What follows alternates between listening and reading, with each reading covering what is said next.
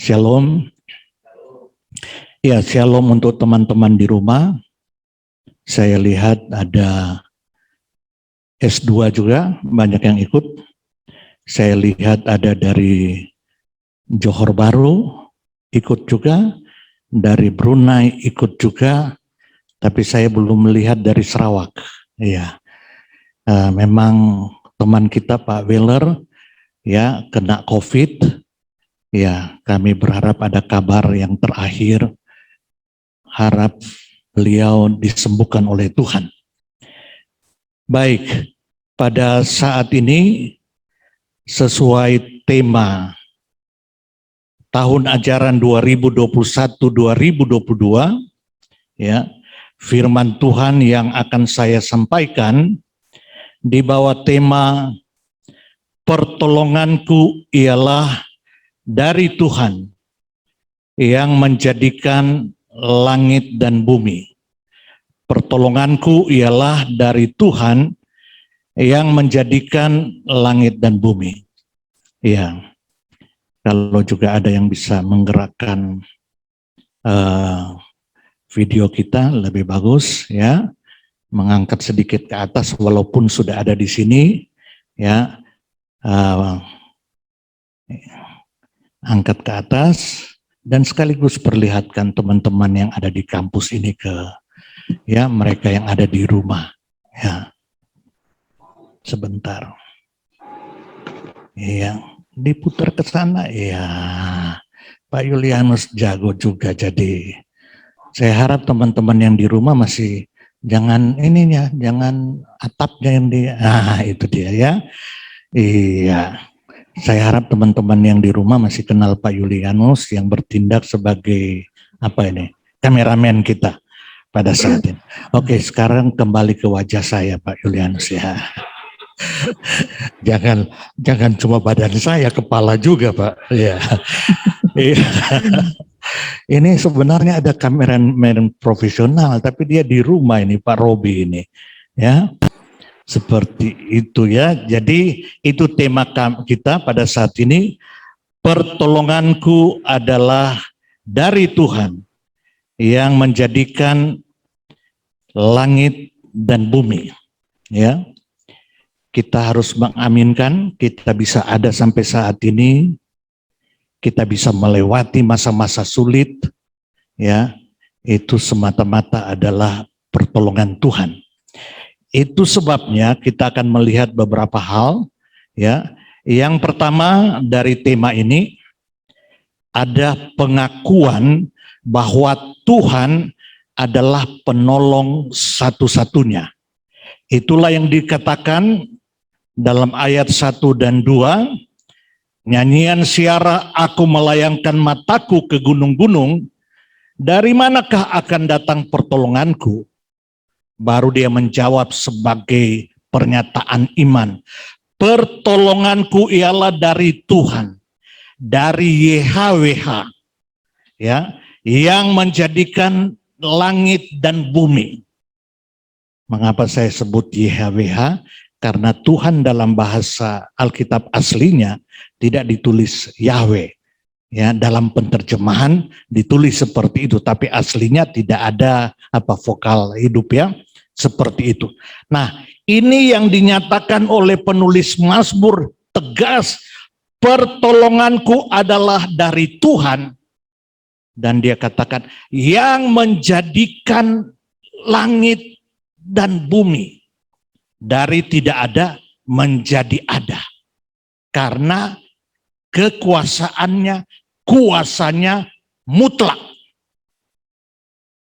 Saudara, saya percaya ya, penulis Mazmur ini membuat pernyataan iman seperti ini, pertolonganku adalah dari Tuhan yang menjadikan langit dan bumi. Pasti setelah dia melewati banyak proses dalam hidupnya. Ya, bisa saja proses sakit penyakit, bisa saja proses menghadapi banyak ujian tantangan hidup. Saya seringkali berkata, jangan berharap menang, tanpa peperangan. Jangan mengharap lolos mungkin bisa ya, lulus tanpa ujian.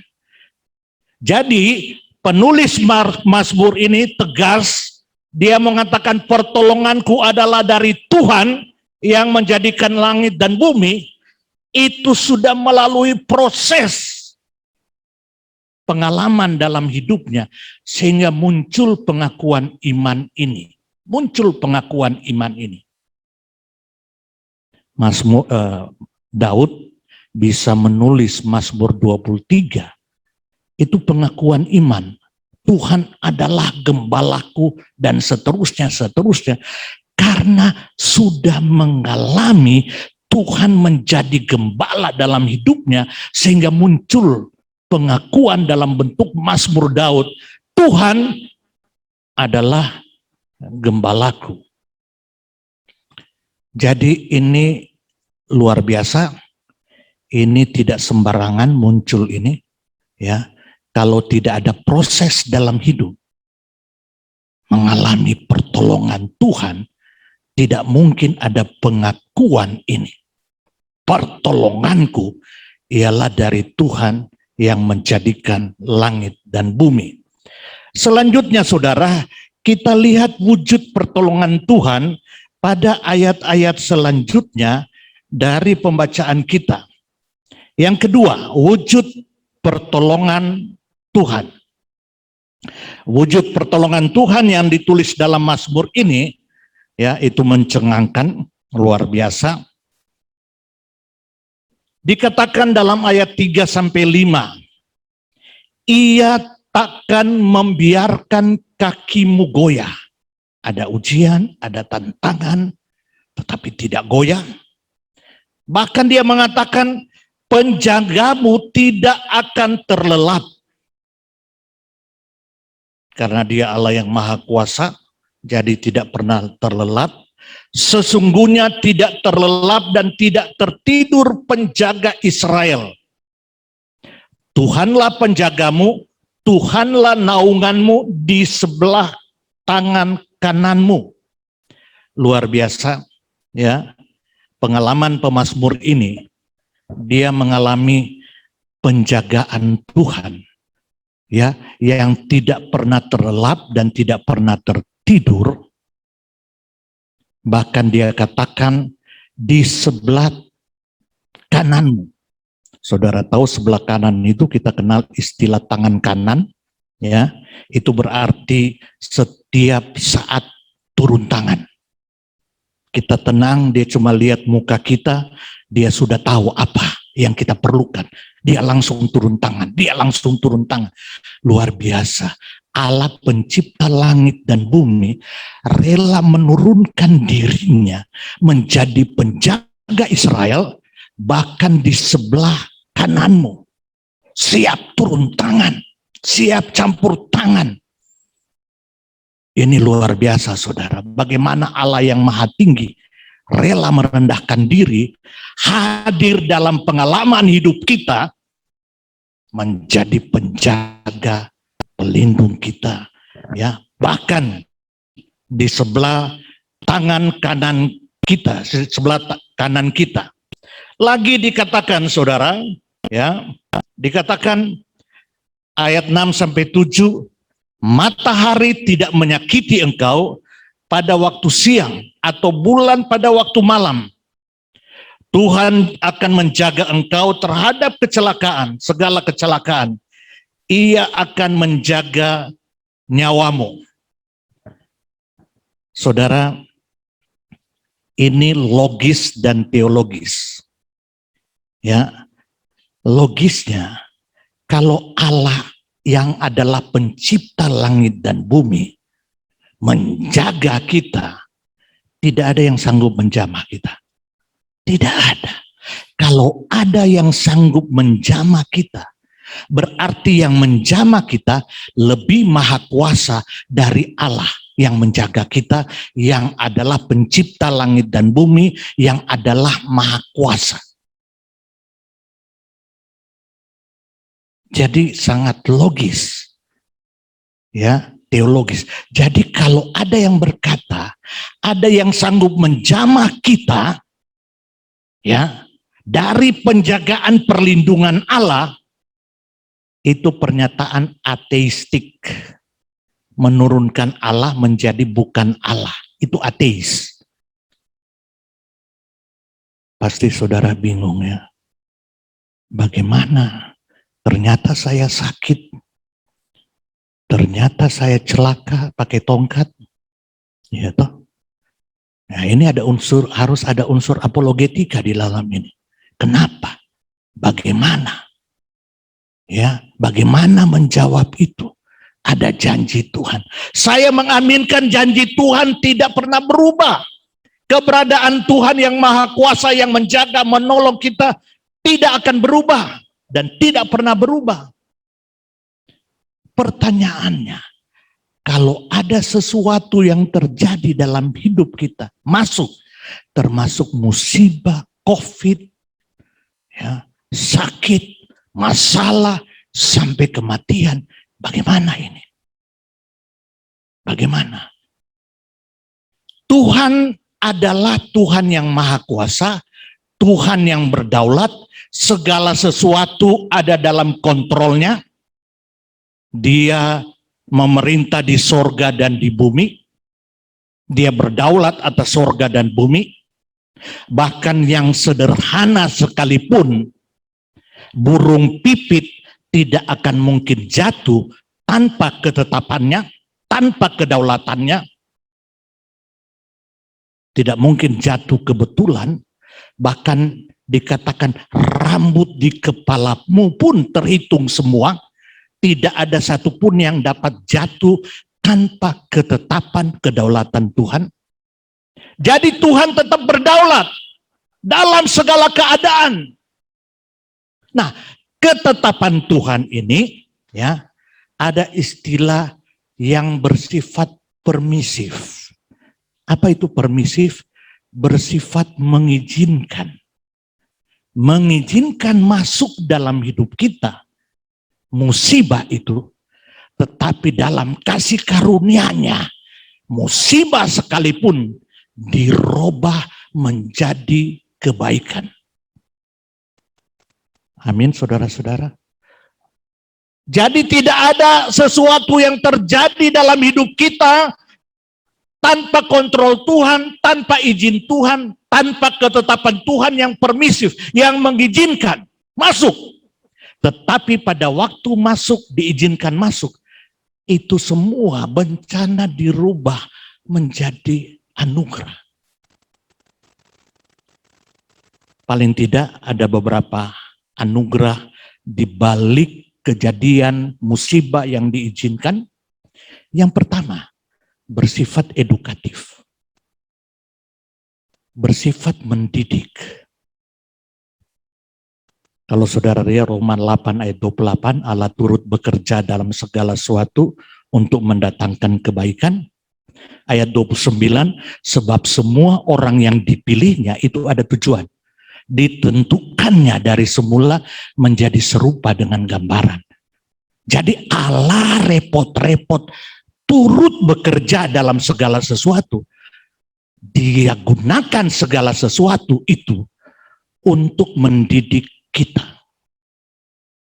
makin menjadi seperti Yesus. Dia izinkan, dia pakai. Tidak beda, COVID yang datang dialami oleh orang percaya maupun orang tidak percaya. Tapi bagi orang percaya itu bersifat edukatif, mendidik. Bukan arogansi, bagi orang yang tidak percaya itu bersifat destruktif. Bisa untuk menghukum dan membinasakan. Jadi yang pertama bersifat edukatif, mendidik. Saya seringkali berkata, saya sering terdidik justru pada kesengsaraan atau dalam kesengsaraan. Terdidik, terbentuk. Justru kalau semua beres-beres, suka lupa dengan Tuhan, menjadi sombong. Iya, menjadi sombong. Saudara, Oh, saya sering pernah ngomong atau beberapa kali ngomong dengan Ibu Deborah, rasa-rasanya kita lulus dari satu, pikirnya persoalan selesai. Masih ada persoalan. Iya, itu diizinkan Tuhan mendidik kita, jangan lupa Tuhan. Saudara-saudara di rumah juga, sedikit informasi dari kampus.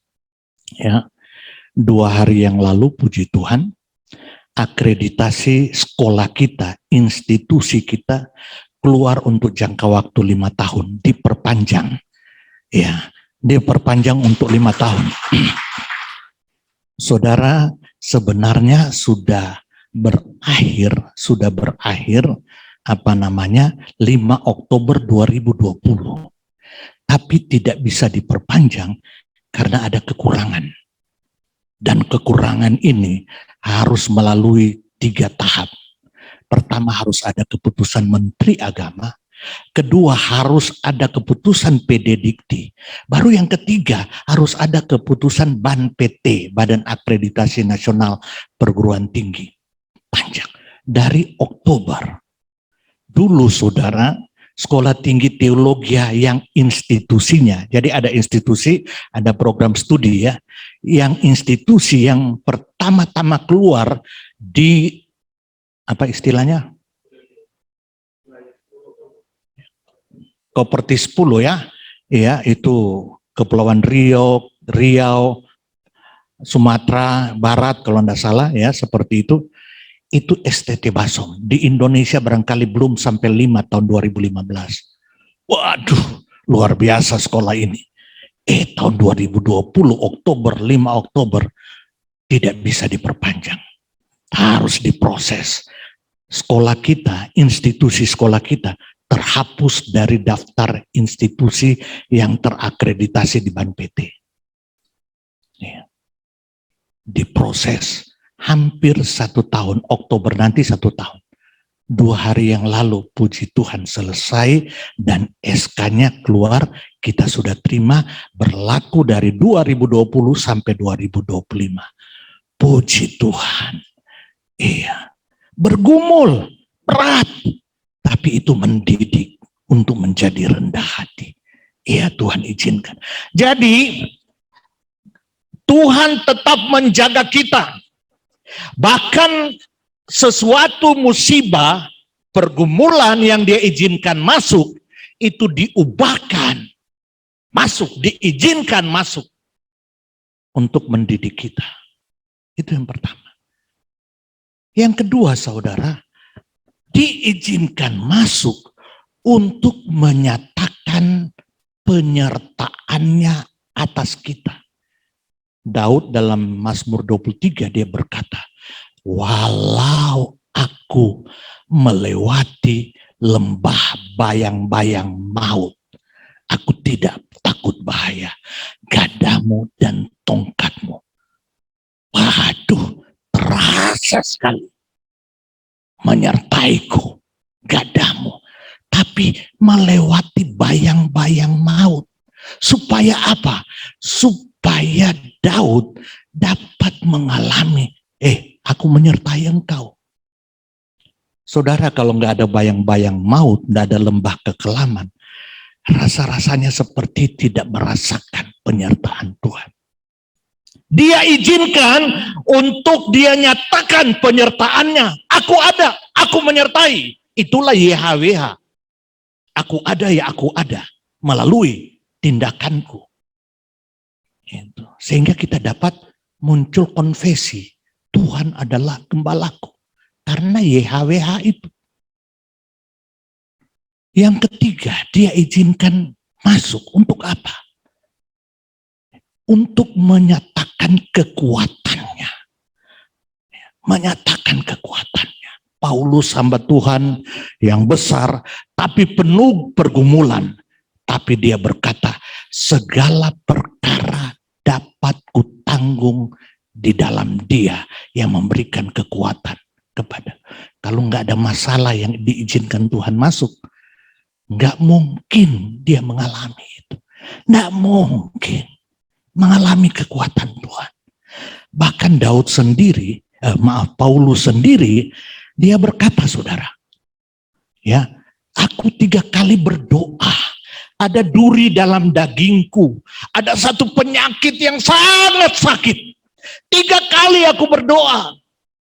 Tidak dijawab untuk disembuhkan. Enggak sakti doanya. Jangankan Paulus. Tuhan Yesus sebagai manusia berdoa di Taman Getsemani.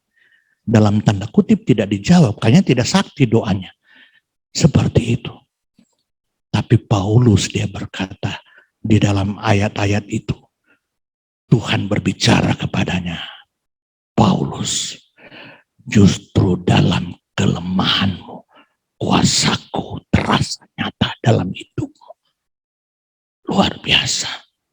Allah izinkan terjadi masuk supaya kuasanya kita alami. Kalau dalam ketetapan Tuhan, dia izinkan sesuatu terjadi. Alhamdulillah. Puji Tuhan. Itu supaya kuasanya kita rasakan, kita alami, dan kita dapat mengakuinya. Puji Tuhan. Tuhanku kuasanya. Aku rasanya I'm nothing. Tapi menjadi something karena ada Tuhan yang luar biasa. Dan itu hanya mungkin terjadi ya di dalam pergumulan kelemahan. Paulus, aku tidak jawab permintaanmu 3 kali engkau berdoa. Tujuannya supaya dalam kelemahanmu kuasaku nyata. Kuasaku yang maha kuasa. Jangan berpikir ya mau lihat pelangi sebelum mendung hujan. Ya. Seperti itu, saudara. Baru yang berikut, saudara, yang mungkin kadang-kadang kita sulit mengerti. Ya. Bahkan kematian diizinkan Tuhan terjadi dalam hidup kita. Untuk apa? Menyempurnakan kasih-Nya, menyempurnakan keselamatan yang Dia berikan. Di dalam Roma 8 ayat 39 dikatakan ya tidak ada sesuatu pun yang dapat memisahkan kita dari kasih Allah. Penderitaan, maut, bahkan maut tidak dapat memisahkan kita dari kasih Allah. Bahkan saya katakan justru menyempurnakan kasih Allah, menyempurnakan keselamatan. Karena melalui kematian kita akan masuk ke dalam sorga. Kesempurnaan sorga. Di sana tidak sebanding dengan semua kemuliaan yang ada. Kesempurnaan kasih Allah kita akan alami di sana.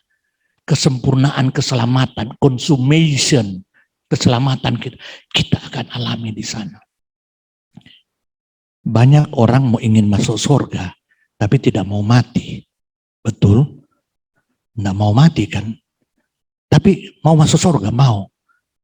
Mati dulu. Aduh, jangan dulu, anak-anak masih kecil macam mana ini. Saya bayangkan Pak, siapa ini? Pak Adon ini waktu dia kena COVID, aduh dia lihat anak perempuannya ini, aduh masih kecil ini. Ya, saya aja lihat cucu saya aja, waduh saya lihat, aduh kesian ini cucu ini. Ya, Pak Agripa aja mau menangis ditinggalkan anaknya pergi sekolah itu. Sampai diantar bela-belain masa COVID, PCR mahal. Ya Pontianak itu yang lain belum PCR, dia sudah PCR syaratnya. Iya. Seperti itu saudara. Ya. Tidak mau masuk. Tidak mau mati. Saudara, saya mau katakan.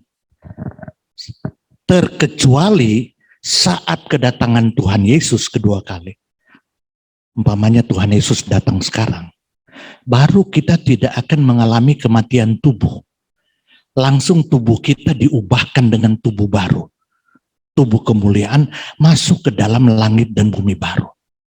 Itu hanya terjadi pada saat kedatangan Tuhan Yesus kedua kali. Memang ada kasus-kasus khusus. Ada siapa? Elia, Henok ya, yang tidak melalui kematian tubuh kan? Ya. Selain mereka tidak ada. Nanti saat kedatangan Tuhan Yesus kedua kali.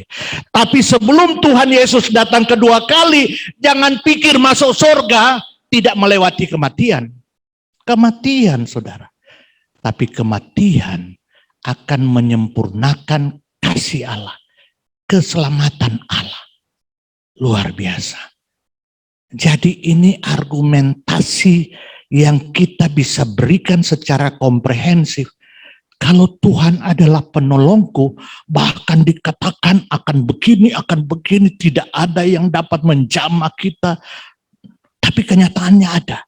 Itulah ketetapan Allah yang bersifat mengizinkan, permisif. Untuk apa? Untuk tadi, mendidik kita, menyatakan penyertaannya, menyatakan kekuatannya, menyatakan kekuasaannya, menyempurnakan kasih dan keselamatannya dalam hidup kita. Itu cara Tuhan. Tidak ada cara yang efektif selain tadi.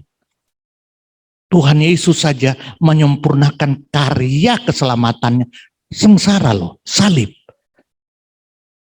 Ya apalagi kita. Itu cara yang dipakai Tuhan. Ya, justru Paulus berkata, aku bermegah dalam kesengsaraan. Karena kesengsaraan menimbulkan tahan uji, ketekunan, dan seterusnya. Mendatangkan kebaikan, mendidik kita. Terakhir, dikatakan